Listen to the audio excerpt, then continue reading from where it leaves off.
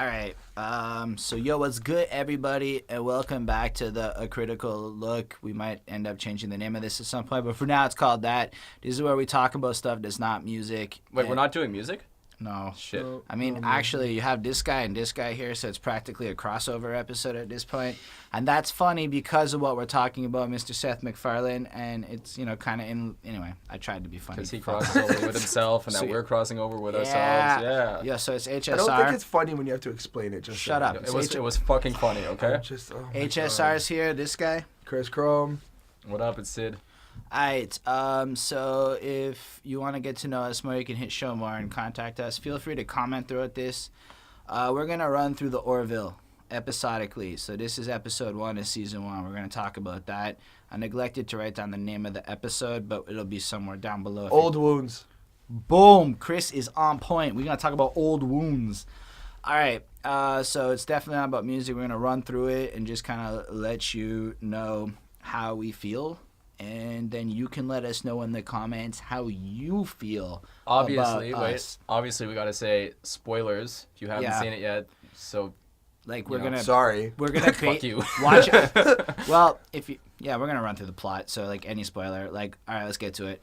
So, how does this shit start? Beautiful fucking shit flying through the city and 2418 is the year. It's so good. On Everything's Earth. sex. in. It starts with sex. And then It doesn't he comes start in. with sex. He comes into the apartment, all whatever. Oh, it does. It does. It does. It Oh literally my starts God. with sex. Oh my God, And yeah, then okay. he walks in, and his wife's fucking a blue dude. And the guy just, like, jizzes out of his head. But It's every that's part of okay. it's I fucking just want to great. say, there's a little bit right off the bat. I see Family Guy. I see Yeah. Seth MacFarlane's cartoon shows because Okay, go on. there was no need for the coming out of his eyes. Agreed. No. There But, was no. What Seth MacFarlane is good at is taking, like, creating these random characters Of and course, then giving them of course. traits that seem believable in their situation, Of but course, are still of funny. course. You know what I mean? do believe the fact that as an alien, I want it to works. just throw in something more. I think this scene actually served a bigger purpose. It was to let all the people watching who are like Trekkies. I'm a Trekkie. That's my context here. He's a Trekkie. I've seen every episode of Star Trek a couple times. I'm like freaking really into I've it. seen the new revamped versions. I haven't of watched movies. The movies, I some don't of the like new the ones, some of movies. the old ones. He Not a hates the fan. new movies. That's fine. I like the new movies. So, I don't know how Chris feels about the new movies. I'm okay with them. They're great. And so They're I pretty good. So I The believe second one sucks. that like Seth MacFarlane was basically saying, Holden, this is not Star Trek with that scene. He was just letting us know that the tone of this entire series is not going to be Star Trek. But it... We'll get to how it is and stuff. But at the same time, he's fucking a blue girl, which is basically parodying the Kirk fucking the green people and stuff, and kind of letting you know it is Star hold on, Trek. hold on. So all at just the same correct time. it. Correct it. Wait. The wife is fucking a blue dude. Yeah, whatever. Yeah. It just, yeah. So, like, okay, for me, it's the same thing as, like, 1,000 Ways to Die in the West is a Western starring Seth MacFarlane. Yes, props to that. That's exactly what I saw. I I haven't was seen like, it. okay, this is it. And then, like, Ted is, like, a cutesy little family comedy starring Seth MacFarlane. Ted is So just the that- real life So, yeah, version this of is Family Star Guy. Trek. But like, starring- this is Star Trek starring Seth Which MacFarlane. I'm totally Yes. fine with that. Yes. And I appreciated it. And then we cut to, like, he just, like, leaves. He's like, no. And we cut to, like, a year later. And he's, like, in, like, the commander dude's office. Yeah. And he's basically like, dude, you're going to get a ship, but it's not a good one. And frankly, we don't really want to It's give not a it. bad one. It's like decent. We don't Yeah. really want to give it to you, but we really kind of need all these pilots. And it's amazing, right? Because it's the opposite of a Star Trek scene. But they still kind of say, like, he was a really good pilot. Yeah, absolutely. And then, like, he kind of lost it a little bit Right. along the way. So, like, And that's, like, that's part of the that's beauty of always- the show, right? that's he's like this always, flawed like- character. Exactly. That's Yeah. like That's almost always been the Seth MacFarlane main character type role. Like, if you look at his catalog, a lot of the main characters, they're like, you used to be this, you used to Yeah. be good, but now you're just But like, what if you you are. also then He's couple that it family in, guy where nothing Yeah, is real and nothing matters. but like, Not true. even this entire scene though is very reminiscent of most of the pilots where he gets assigned the mission and all this shit, and it's basically like you're watching a Star Trek scene play out. But you know what? But everything is just ridiculous. It felt a little but too cliche. almost realistic. Because one thing I want to touch on is why I think Seth MacFarlane went so cliche and so ridiculous with this is because in the Star Trek universe, all of these characters are fucking perfect. Like, they're flawless. They don't make mistakes. It's Fair like enough. they don't cheat on each other like that. They have, like, the ideals. Like, it's always the noblest, the best. And here you're getting like it could be you.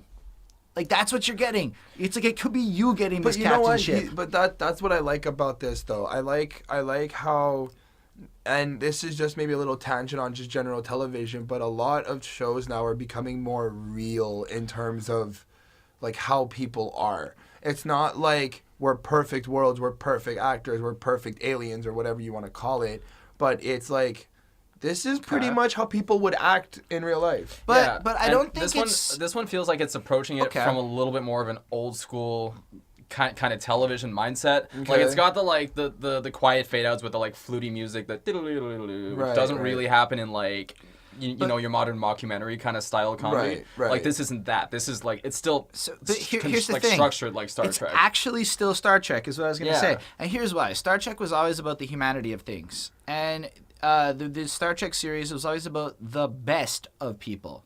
And so they were just in the state of the best. Now, as we'll come to see over this episode, this show is also still kind of about the best of people, only they're all fucking flawed. Well, hold on. It's like the best, like, there's always good on the other side type But it's more, they all kind of have this effort. Anyway, we'll go through, I guess, the episode and we'll touch on that more. So what happens so next? After he gets he gets the ship and then we meet the crew. Right.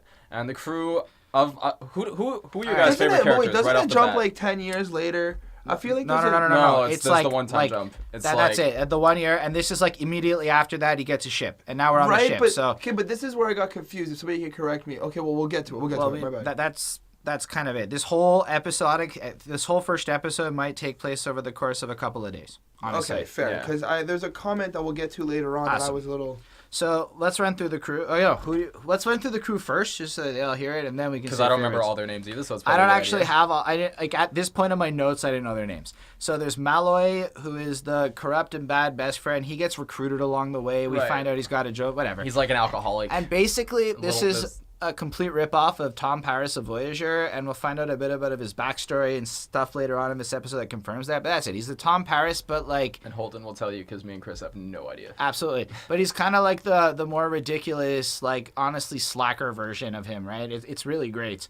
And he draws cocks on things. We find that out. That's his big niche of why he got in trouble. He drew cocks on a bunch of stuff. He's also an alcoholic.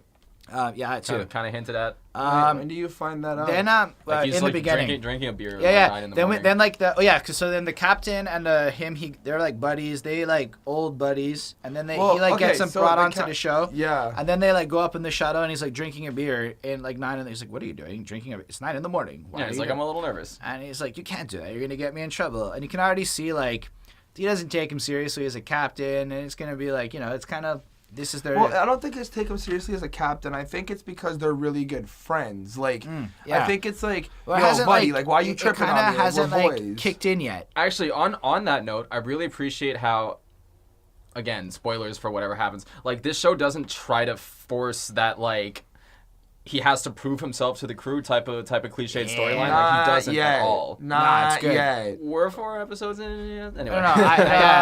Okay. I'm not talking about them though. Okay. So anyway, that's a whole. Anyway, so basically. Fair enough. We end up. Then we actually meet the rest of the crew. They're all kind of standing there. We get the end of his speech. We don't even hear the speech, which is nice. So we just get the end, and like at the end, we're gonna be great. Blah blah blah. Yeah. Everybody but my senior officers is dismissed, and then we just kind of run through them like roll call, which is super convenient for us. We missed something. I wanted to mention in the scene where we touched upon this, in the scene where the main character gets to his ship and he goes and runs off to his friend.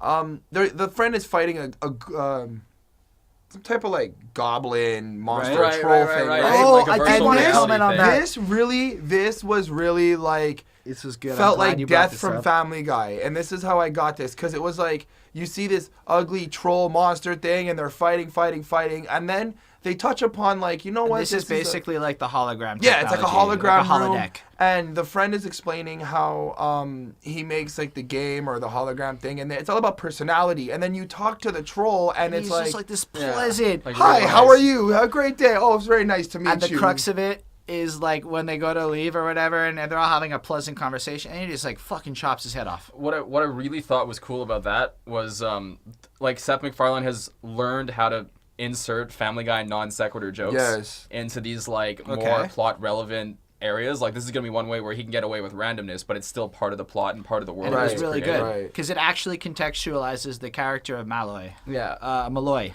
Like, he's really good with his hands, he's good at building things, he's good with technology, but he has this, like, quirky little fun side. Is it Malloy or is it Lemoy? It's Malloy. Oh, I thought it was Lemoy. And then... I'm going to get my notes, too. Okay, so anyway. Sorry about that. I wrote a whole bunch to try to make sure we got a bunch. Anyway, so then we get the rest of the crew. So we meet the Exalian, I don't remember how to say it, but Alara. Exalian. So she's Alara. She's the super short, 23-year-old fast track to the head of security, super strong chick because of gravity and shit. And that I appreciated because they justified her super strength with a scientific grounding that actually is kind of sound. And literally the same justification as to why most people are stronger than others in Dragon Ball. That's probably fair. So she's young and experienced, and she's kind of in command but doesn't want it. Then we got the black dude who, Lamar, I think is his name. Yeah, and Lamar's his last name. Basically, all I can remember of that part is he wants to keep his soda on the deck. What's amazing... That was cool. That was typical, and that was just that's the regular kind of... That's the stuff you never see in Star Trek but probably happens behind the camera, right? And they just don't show it to you. But here you're actually getting to see it, and I was laughing really hard. And again, this isn't new for Seth MacFarlane. Like, you had the little joke and the little jokes in Family Guy, like the guys hanging on the railing in Star Wars and on the Death Star, just kind of like chilling, like hanging out. Like, they need to put a railing here. Like, those little conversations. Then there's Bordes, who is the single-gendered Worf, Tuvok, kind of strong Vulcan, serious type, who's really works hard, and he's fucked up face. Really, he's I think third in command. It's not he's just alien. Yeah, he looks like Elephant Man. Then we have the Doctor Lady, whose name I don't know, but is clearly a rip-off of Whoopi Goldberg's character on The Next Generation. Because of the way she introduces herself as I was guided here and stuff like that to be the more spiritual advisory type person, and so to me I saw that parallel and I was like, okay. Yeah, she was basically sent there to watch over the captain because nobody. But that's trusts him. A complete rip off of one of the characters in The Next Generation. I was not aware of that. I apologize. No, you don't have to apologize. We established you haven't watched the stuff. And then there's the robot guy who's basically just Data. Dude, the robot. Yeah, he's basically he's amazing. Hold on, all of this, every single. Okay, so he's emotionless, hyper intelligent. Right, it's Data, but I do want to touch upon. There is a scene throughout the movie where when we get to the damn scene, talk about it then. Fine. I want to say that Bordes and Alara. She's the strong chick, right? Yeah. Right off the bat, those two are my favorite characters, and still, I'm not sold on the other characters yet. Okay. They still feel like caricatures to me. They don't feel like. Okay, I can tell you that the robot is a caricature of Data done perfectly. That's what I mean. Data's they still feel a Star like Trek character. Yeah, but it's done really well. I really appreciate how they've handled that character. Well, I guess we can get to it in episodes 3 and 4 because I've watched a bit ahead already. But at this point, he kind of just is Data standing there, and you're like, okay. I was down for Bordes. I love the Bordes is awesome. That's what I'm saying. Bordes and Alara, I feel like you can feel him already. And I have to admit, I love Seth MacFarlane's character on this. Yes. He's really good. Yes. And I have only watched Ted of his non-Family Guy movies, so this is just my second Seth MacFarlane live-action experience. You've never seen Million Ways to Die in the West? It's pretty awesome. You should watch it. It's funny. Maybe. But, but those two just seem like the most interesting, and I mean, they both seem like they have the most ripe garden for storytelling. Right. Stupid way to put it. But and they've. Is great. Spoiler alert. They've done. They've focused on those two Yeah, characters. but okay, just to add something, right? Because you just sparked an idea for me in the Star Trekian way. You've got 7 or 8 primary characters that we're gonna have to explore, and often what happens in the first season of a Star Trek series is throughout the 26 fucking episodes, which I doubt this will have. Basically, by episode 15, every primary character will have had that episode to contextualize them. And honestly, they're just fucking people until that episode. So we will get each character having that story background thing added, and you'll see that they're all less one-dimensional. But I agree with you. At this point... I'm just saying, from the get-go, those are the two that really stood out for me.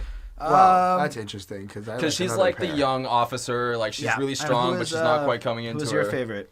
Well, we actually forgot one more person because right after the roll call, he starts to get into the ship. The captain, Seth MacFarlane's character, is the captain. So we didn't get to the which one? Well, you just did the roll call. He's gonna say Norm Macdonald. You just Who's Norm Macdonald? You're gonna say the blob guy. Yeah, the blob guy comes in. I actually wrote notes Oh, on him. I don't know. Are you talking about the XO? Well, yeah, the XO. The XO's part of the plot. We'll get there. Where are we at now? I thought we're still at the speech, bro. This where he meets everybody and he asks for the she wasn't brought up there. There just is no XO. That's what I'm saying. We're moving on from that now. Yeah. So then we cut to the besties that are in the making, the two helmsmen in the room, linking up, showing we're going to be great we're going pals. this deep. Okay. And then, because I wrote down notes on every scene. Fair just to put it on. Fair enough. And then the part where he was trying to impress a girl and fucked up a stunt is basically something, if I'm not mistaken, Trekkies Don't Kill Me, that happened in Tom Paris's backstory. He was trying to impress something and fucked up a stunt, and that's why he got in trouble, which led to a better life and redemption and shit, which is you know what I liked about that scene? I like the fact how they both agreed on their since we're going to be working together, I should check it out. So that's code for we're hoping we're just not jerks. Right? And I like how real that was because we're both jerks. And it's like, we're just acknowledging the realness of it. And I love that part of the way that they're developing just the regularness of these people. And also the fact that you already know those two are going to be a duo, right? Like, they're going to be like the comedy, the comic relief kind of like. And it makes sense because they're like the guys on the front. Yeah, but I also paired them up in terms of like, well, they're both wearing the red jackets as That's because they're in the same position. Right. So the different colors represent the different fields you're in. I didn't even think to map them for this show. I'll pay attention the next time I watch it. Mm-hmm. But usually, Seth MacFarlane character is blue. The captains are blue. Green is science, and red is the green is the doctor. Science. It's going to be anyone who works on the science staff. That's the robot. So it would be silver. Science. No, robot doesn't have a uniform. But robot is science on this one. Yeah, but anyway. But because there's got to be more people on the crew than you see, there's three main uniform colors because in Star Trek there's always green, blue, and red. So green is going to be science, whatever. Blue is command, and red is going to be military / other personnel like the helmsman and stuff. Mm-hmm. And there's a robot. And anyway, so then we cut to the boring part where they just get the mission assigned, and I was like, whatever. And then whatever. The captain then they actually go. And as they're going, the captain receives a message from one of the commanders at base, and he gets his final person, which is the XO. And just to put it, the mission is that they're going to a science station to deliver supplies, and yes, he gets the message. Right. Runs over, and then I don't know why this blob person is very... No, you're not even saying it right. The guy, he checked the message, and he ran like a freaking little schoolgirl out of the bridge, just... No! Fair he's enough. just running out of the bridge. Runs through Blob Norm Macdonald, who is in most of Seth MacFarlane's everything and is amazing. And he was truly great. Just because his voice... I don't get it. Just the voice matching... Hey, no problem, buddy. And it was so good. Who does he play on Family Guy? He's the Blob... he plays a lot of different people on Family Guy. He's guest starring all the time. Okay, so it's just like a voice. All right. Yeah. All right. But he's also like a comedian, like from Saturday Night Live he was on, I think. I don't know. I don't watch it. Fair enough. Yeah. Funny guy. Watch Mike Tyson Mysteries. Orville. I like Mike Tyson Mysteries. It's good. Anyway, it's just the opposite of what you'd expect in this scene. I fucking loved it. And then we went to the regular conversation and gossip talk that happens immediately after he runs away. They're like, yeah, so you cheated on her and shit. Well, no, wait, hold on. Maybe I'm jumping ahead. No. So he runs through the blob person. We get that nostalgic moment. Then he goes into the room and then he speaks to the commander person via the No, but webcam. before that... No, that's it. Before that, they have the conversation where Bordis is like, we should not be talking about this. No, that's during it. But the ex-wife shows up after that. Dude, I wrote notes in order as I was watching. Point is... Ex-wife shows up. She's now his direct. Yeah, but you know what? Then they go into the room and they have an argument about their marriage and relationship. So the ex-wife shows up first. But no, he gets told. He gets told. Yes, and then before the ex-wife shows up, they kind of talk about it and whatever. Then she shows up, goes into the room, has the conversation with him, and they're arguing. And the guy's all like, "Oh no." Basically, the key point of this is he was a workaholic and she needed attention. But then it pans out. And you can just hear the entire conversation, word for word, in the bridge. Right. And everyone's just kind of sitting around awkward. And nobody mentions it. Obviously, as you would do in a work environment, this is what you talk about, right? Right. Yeah. This is the thing. So now they're like, this is a thing. Yeah. I think that's literally a line. And, basically, it was... What I want to take away from that scene, though, is one of the things Star Trek does is it brings up ethical debates, right? And in this case, you're getting the ethical debate of working too hard for your career versus working on your marriage. Right. And that's what makes this super fucking Star Trek to me, is that is the underlying plot point of this entire episode as they argue and battle. If you really listen to what they're saying, It's some really valid shit if you've been in a relationship, is all I'm trying to say. Like, it is the main story of the episode. Like, it's the main plot. Everything else is just kind of side plot. Like, yeah, there's action going on, but it's not the strongest of plots, and everything is overlaid with this context of, like... That's what Star Trek I've always found was the magic of Star Trek, was that it did that. The main point was some ethical thing, and everything else just kind of built around that thing. Like, well said, Syd. Okay, so anyway, they get to the ship where they're going, they right? They get to the station, Epsilon 2. Right, and the doctor's like, I called you guys here for not the same reason that I said I called you guys here for. Come with me. And there's a dog licking its balls in the background the whole time. What? Hilarious. What? Yeah, no, on the real. And they even like, did y'all notice the dog in the background? Yeah, it's the first thing I saw. No, but for real, I mean, it's just because, again, this is where, me as a Star Trek fan watching this, I've seen this scene a million times, conflict about to happen. But the fact that there was a dog licking its balls in the background of this serious thing the entire time is just so ridiculous. I cracked. Like, it's a funny joke. It's a funny joke. And it was just, like, I was ROTFLing at this point. Oh, my God. I was really into this. Yeah, so then they go down to the planet, and basically they get told, oh, the Krill are coming, Klingons. The Krill are coming. Actually, they look a lot like the bad guy in the new Star Trek movie, Star Trek Beyond. But the characteristics of the species is very Klingon, militaristic, conquest-like. Anyway, it's basically like watching the beginning of Discovery. It was kind of like the same thing. Cool. Anyway, I digress. I'm sorry for nerd all you... stuff. Yeah, I'm really into this, as you can tell. I really like Star Wars too. Relax, I'm not a huge Star Wars fan.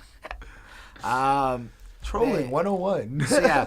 In the middle of this part, we walk through like the thing. We meet some alien doctor fish thing who you think is a monster, but is really a doctor. More Star Trek nuanced shit. We find out they got a seed that can grow in anything, and it's edible.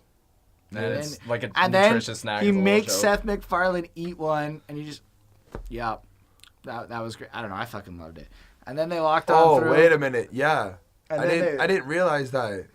Why did he eat one? Because he was like, it's a healthy snack. And then he had to eat one. But it grows in anything. But it takes 100 years to grow, and he just ate it. Yeah, but he chewed it. So it grows because we then find out about the ray. And the ray thing is what, if you put the seed and then you fire the ray at it, you can set it to make a tree grow or whatever. Well, but that's later on. No, but that's what they find out. That's what they're finding out now. When they learned about it now, it was a banana. Yeah, but they showed it with a banana, but what the ray does is age things. So they're like, here's a banana, here's a banana 2 months later. And then they we have also that cute find out... And then that whole... And then, like, we find out that the Krill are coming, and then... And, there's a... In one of the doctors is a spy. Yeah, and then he turns around and tries to do stuff, and then you see what happens to humans. Randomly murders this other chick out of nowhere. He doesn't randomly murder her. Yeah, so the hostage scene takes place, the ship shows up there, the ground force lands. But she went to go stop him, and then he pushed her, and then she fell into her head fell into the thing, and then her face went... It's not, it's because... she charged him. It wouldn't be Star Trek if... random frivolous characters did not die aimlessly in these scenes while the main characters survived. And the fact that they used the death ray after, because basically they were having the conversation about the Joyce, and then they're like, but it could be used as a weapon. And then it was used as a weapon and like the freaking immediately after. I understand the context and I understand like the relevance of what they did. It just felt so like funny, death. Yeah, like, but it was like, great. Welcome to Family Guy. It was so funny, dramatic. Okay, so another thing I have just with this episode specifically, we'll talk about other episodes after, is that it still feels tonally a little weird, like it's trying to figure out what it is exactly. But that's completely a fair criticism of almost every pilot ever. Fair enough. And that's why it is not like you can't ever judge a show like this only on the first episode. Like, it's already weird to me that this show got greenlit because anyone else other than Seth MacFarlane comes up and says, I want to do Star Trek, but a comedy, but it's Star Trek. Like, no one's going to buy that show. You know what I mean? But Seth MacFarlane comes up and he's like, yo, I want to do a Star Trek parody. And then they sold it as a Star Trek parody, but then you watch it and it feels like it's not really trying to be a parody. It's trying to be more of just like an homage, which Seth MacFarlane is really good at. And I think he does that with like Star Wars, and he does it with a lot of I think it is a parody in this. Okay, I think it's a parody that pays heavy respect to the culture behind it. So he basically wrote a Star Trek episode and then made fun of it any possible way that he could while writing an honest Star Trek episode. Because basically, he took every semblance of seriousness that he could, and he killed it. Well, I mean, like, he didn't want to make fun of it, still feels, there are moments when it still feels very heavy, and that's what I mean. The death scene feels very heavy. But you know what? He didn't want to make fun of it, and that's what I respect him for. That's it. Because I feel like he probably that's did a why better... they accepted the pitch. I think he did pitched a better job it feels than jarring Discovery in this first did. episode. Fair, it's fair, very fair. like It's a little much. It's a little much, and it's a little the twists and the way that it shifts in moods is really, really jarring. Like it's not seamless. I see that because I did feel like a lot of this episode was very quick. I actually felt like there's a lot that happens. There's a lot going on, and some of it is funny, and some know. of it is part of the plot, and you're like, which is? Is it like maybe just because I have such a like specific viewpoint on this, but I felt it was perfectly paced in the way a Star Trek episode in that scene would have been paced. I understand how. I'm not just talking about the scene. I'm using this scene as an example of how I feel about the episode. Even the in whole episode, when I was like, I actually was kind of watching it. It was the right length of time for pretty much every part of virtually every pilot that had a conflict, except for the fact that it was a one-parter. But if you were to really pace it out, I think he did an okay job of doing so much with so little. Because he had to take what would normally be done over almost an hour and a half period and condense it to a single episode. Well, it's not he had to take. He wanted to. At this point in his career, this is a passion project for Seth MacFarlane. Right. Don't get me wrong. But in what he accomplished is introduce you to the cast, then created a conflict. It was maybe too much of an ambitious thing for one episode, and it explains why so many are two-parters in Star Trek. But I actually see what you're saying. Yeah. But I think he did really well, and I still enjoyed it a lot. I enjoyed it. Don't get me wrong. It is a decent show. Like, check it out. We're not done yet, are we? No, because now... Because then what happens is like, okay, they finally... So on the one hand, there's a space battle going on. On the bottom part, they're escaping with the ray and everything, and a couple of the seeds that he has in his pocket, which is worth noting that he pocketed some. So they go all the way out, and then there's like on the ground part, what happens? They do the battle, they shoot all the thingies. I liked how they put emphasis on the super monster chick there. Yeah. The little girl, the 23-year-old, how she can jump really high. Yeah, they really put emphasis on the whole no gravity thing, and it was like, and it made sense because I was like, technically you're on Earth, but the fact that she's stronger. Well, it's the same argument for Superman. Well, it's not the same, but it's similar, but still, it had gravity. Like, nobody was floating around. Yeah. On Krypton, Superman is a normal person. Right. On Earth, because the atmosphere is different, he's fucking Superman. Right. Plus the part where he absorbs the sun. And all. But I'm not talking about gravity. I'm talking about the Earth's atmosphere, which the sun is included in. But that's the whole description. So then on the ship, we had a whole other plot running through at the same time. The ships meet up, they connect, they start firing on each other, and then we find out about the hug the donkey maneuver. Is it hug the donkey? It's hug the donkey. Okay. Oh, yeah, right. Because you said ride the donkey, and I thought it was so sexual, and I was like... So anyway, hug the donkey is some risky maneuver. I want to say this. In the lieu of how Tom Paris pulls off a risky maneuver. Anyway, and then he I really like how they put emphasis on the. It looked like they were drifting the ship, like they were drifting a car. So the way I saw it, like the way I pictured it, was they basically watch somebody drift a car and then computer generated. They watched Battlestar Galactica where they had the realistic space combat and just kind of ripped off that. Oh, okay. Trust me, it's worth watching. Homage to. No, it's fair. They just went with realistic physics. It was cool. I appreciate it too. Anyway, it was awesome. It looked so smooth, then like the shuttle, they get onto the shuttle, they escape, and it has to come up. And they have to, like, sync everything up perfectly or shit's going to go bad. And my favorite line of the entire fucking show. Bordis goes, because, Malloy is like, I don't think I can do it. He's like, if you can hug the donkey, you can do this. Wait. And you can just see, like, Can you do that again? Can you do that again for another reason, though? There's two lines that he says earlier, and when they're getting to this planet, the captain's friend, Malloy, is it? Yeah. Malloy goes, hey, can you check and see if there's any any bars on this planet? Oh, I did. Right. Yeah. So when they get to the thing, he's like, "There are no bars on the planet." What about strip clubs? No, we don't need strip clubs. No. There are no strip clubs on the planet. Oh yeah. This guy is going to that was really funny. The directness of how he and then the fact that he just took it seriously as a real request and just followed through and reported anyway over strip clubs. Because it's character on character, right? Because for him, like, it's a planet exclusively males. So do they even have strip clubs? How does he do that? Sure. How does he do that? I want to know how he does that. Relax. Like we'll talk about that after. I'm certain we'll learn. That's how we have to learn together, everyone. We haven't anyway. So then they get back on the ship, and then they have a face-off. Give us the beam now. Give us the beam, or we destroy it now. And it's actually an amazing face-off, because you know what? Not only does he have the little joke about the villain being off to the side of the screen, really but they actually have a very serious conversation about relationships, where the villain is like, "No, I would never do that to my lover. That's not fair." I would have the compassion that if she cheated on me because I neglected her, to understand that I would be a dick. Oh my God. And it's like you really get this. But you know what else?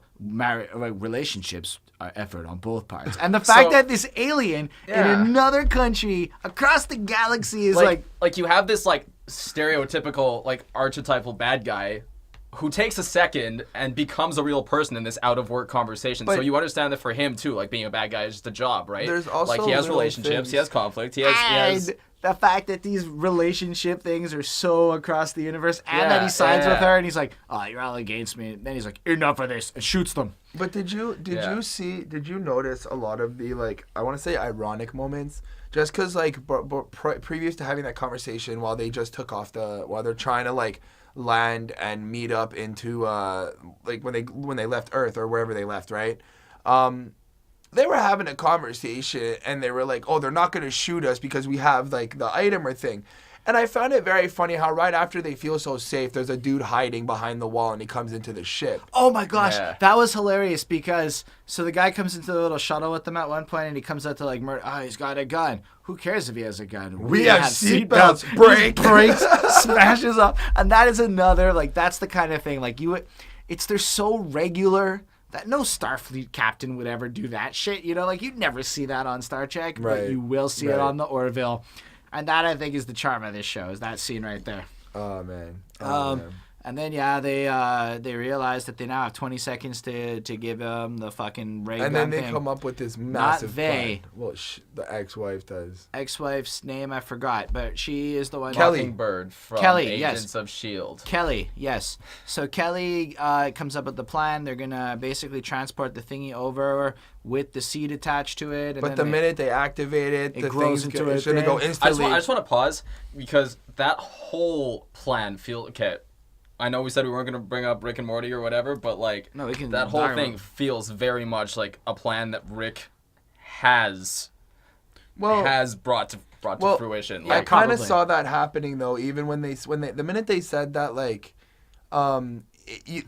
the minute they said that it can bring time forward quicker, like move time faster. You knew it was going to be an element. I knew it was going to be an element, right? And then I figured the minute she was like, "Can you go 100 years in the future?" I was like, okay. So, like, but the whole like giving them the code and then having the code to the machine being the thing it's both that very Star Trek them. And very Rick and very that's everything. typical though. That's a lot of space movies. That's kind of typical. Like, but here's what is not typical: literally watching a ship blow up because a tree appears like that, and then you're just seeing the tree in the middle of space, and you can't help but laugh. Yeah. Nope, and there's then a tree. Good job, everybody saves the day, and then they cut out to like the end scene, which is like her and him. Not the end scene, the second to last scene, and it's Kelly and what's his name, Captain Dude, Mercer. Whatever, and they're having the conversation like, blah blah blah. You did good. I'll leave at first chance. No, I want you to stay. So she stays, and then we cut to the real last scene, which is her cutting into like the Admiral's place, and it's more like, so thank you for not telling him I hooked you up, blah blah blah. I told you we'd do good, and we find out, oh, she got him the job. Yep.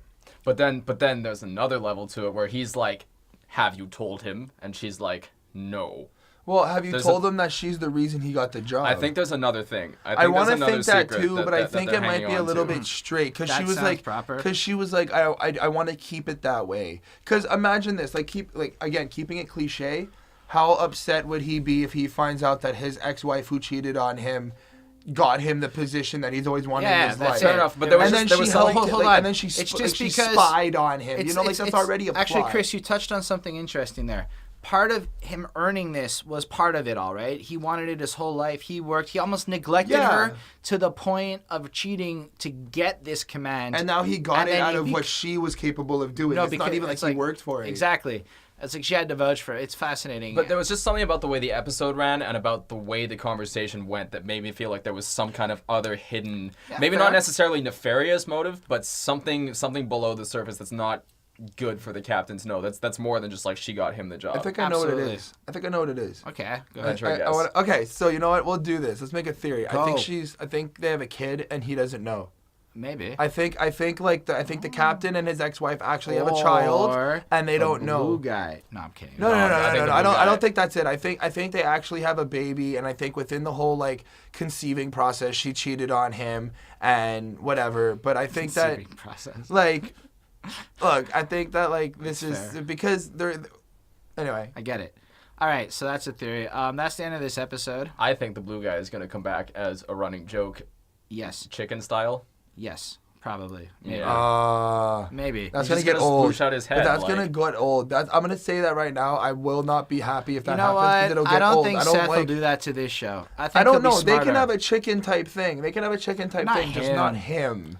Like I think he's gonna have a few of them. I think that's just something he does. But I don't think that blue guy. But I don't think that blue guy's irrelevant. Like he would have popped up at least now if he was really relevant. Yeah. I'll tell you that right now. No, that's it. I don't think he's gonna be relevant. I think at some point he might or someone of his race might come back and be a joke in the background. Yeah, maybe his race because I think it was. I did want to touch upon that. They overkilled the marriage fight. No, I don't agree. I don't think so. And I think it's gonna be a very central plot point going forward. I think it will be. I think it should be, because that's the point. It is to kind of bring up the fact that these are real problems that couples are having. Yeah. And kind of in a way speaking to both men and women and just both sides at once, presenting both arguments in a way where you don't actually have to necessarily have the argument. And that's a very interesting choice for these people. Because one thing Seth MacFarlane does very, very well, even on Family Guy, and I mean especially on Family Guy, is that he understands the everyday conflicts that bring people together, and he also understands story, and he understands that a story doesn't necessarily have to be something new to be a good story. But you know what? I want to just say that, I just want to say that, and I guess I'm playing devil's advocate, but I find a lot of adult cartoons do that. No, Seth MacFarlane has his way. Let's say written shit does that. So think about what Family Guy actually is. Family Guy is just the things that we go through everyday life on a serial reel. Right. That's essentially what it is. But it's the realness. Like I feel like you have the shows and the cartoons that show you like it's okay, honey. No. Like we'll get you out of it. But then you have Family Guy where, okay, nobody likes Meg as far as we know, but Meg gets like danked on, and there's some families that actually happens. Family Guy isn't that yeah. far off from something like South Park and The Simpsons. They're all in the same realm. But even South Park, there's like I feel like South Park too, even though it's an extent and an extreme show, there's still. You have to watch the first few seasons of South Park. I have. And like, if you do, they're a lot more in par with like Family. I'm just saying, Family Guy didn't invent the wheel. They're just like one of the best versions of saying this version of the wheel. But I'm just talking about that, and that's what I mean. Like Seth MacFarlane doesn't reinvent the wheel. He's never really done anything new. Like he kind of defined comedy for the last 15 years or so. Like television comedy with non sequitur jokes and cutaways, and I know shows were doing that before, but not to the extent Family Guy did it, and not the way they did it. Though I think it. But see, that's the thing. Yeah, anyway, that's Family Guy. And since then, he has learned to adapt to a more linear story structure while keeping those same elements of everyday life that he's applied to every character and every story that he's done. Like A Million Ways to Die in the West. Like, it's a very human story. It's a love story. It's a competition between two guys over the same girl. But the main comedic in a Western, behind and it it's ridiculous. Is everybody dies. Yeah, that's the comedic part about it, and that's what I think. That's what I really like. It's the story. It's kind of like Deadpool. It's an action movie, but it's a love story. Yeah, exactly. You know what I mean? Like, and I like how writers and people are able to do that in terms of having it like this is. What we've established, as Chris is saying with all this, it's well written. I enjoyed this show, and I thought I don't even rate it. I don't even have to rate it. 3.5 on 5. There you go. I honestly flat out think this is one of the best pilots I've seen. I don't have a grade. I don't know. It's TV, whatever. It's a great pilot. It makes me want to watch the next episode. I'm excited. It's funny. Anyway. You have any more to say? Did we grade it? How do we grade this? I don't care about grading it. You can grade 3.5 on 5. It's a good show. There you go. So 3 whole separate measures. I want to watch the next episode. That's all I cared about at this point. Let us know what you think. That's the most important part. Thank y'all for watching. That's the other most important part. Holla at us. We're all in the descriptions Hit and the stuff. comments below. And if you're like, where's the music at after watching a few of these? It's still coming. Relax. Anyway, we'll see you. Wait, we're doing music still? Relax. It's not Saturday, nor is it Sunday. Relax. So. Okay, we're gonna go off and film another one of these. So if you see us in the same clothes next time, it's over. It's because we just did this. Bye. Back.